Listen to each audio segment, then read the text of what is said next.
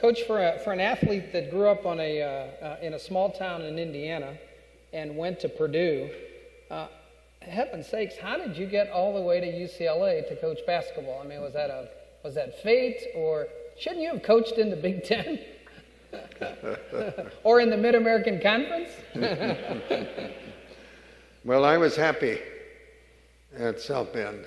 And I actually believe that had I not enlisted in the service, I never would have left my teaching position at Central High School in South Bend, Indiana.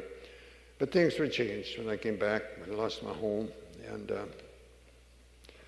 I didn't like the way some of my friends returning from the service were being treated, and I didn't want to work for them anymore, and I left. And while I was trying to determine positions, I was offered at two high schools, Marion, Indiana, and Kokomo, two very fine schools for my profession. And while I was doing that, my high school coach, who had been the coach at Indiana State University, left. And President Tyree called me and offered me the position to come as head basketball, baseball coach, and athletic director, and teach it. And I talked it over with Nellie and said, well, let's take a chance on the college. If we do all right, I'll maybe get a chance in the Big Ten. If we don't, I'll have a job. I want to get a job, and I'm worried about to get a job. And so that's where I went. And after we did pretty well, and Jimmy Powers here, this was on the team. We went my second year and played the national tournament. And we lost in the championship game in Kansas City to Louisville.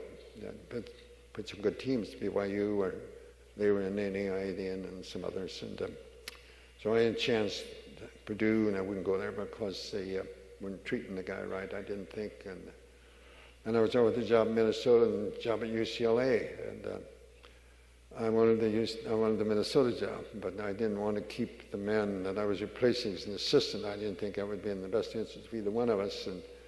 But it got to the point where a decision had to be made, and they were trying to make they were trying to make a position for him.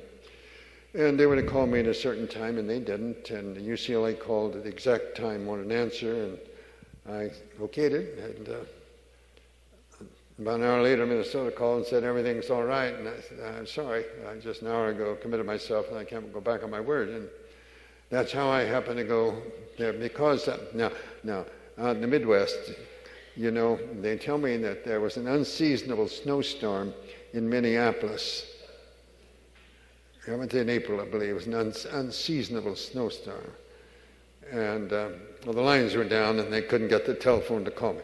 So that's how close I come to going to Minnesota. And then I insisted on going to UCLA on a 3-year contract. I wouldn't go for less than a 3-year contract. They didn't want to give me 2, but absolutely no.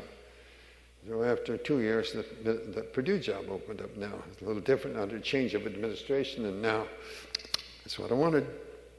But UCLA reminded me that I was the one that insisted on a 3-year contract. They thought I'd honor it because they intended to, so that's how I stayed there. So all of those banners could have been hanging in West Lafayette, huh? Or in Minnesota, Coach? Maybe none of them. You never know. You never know.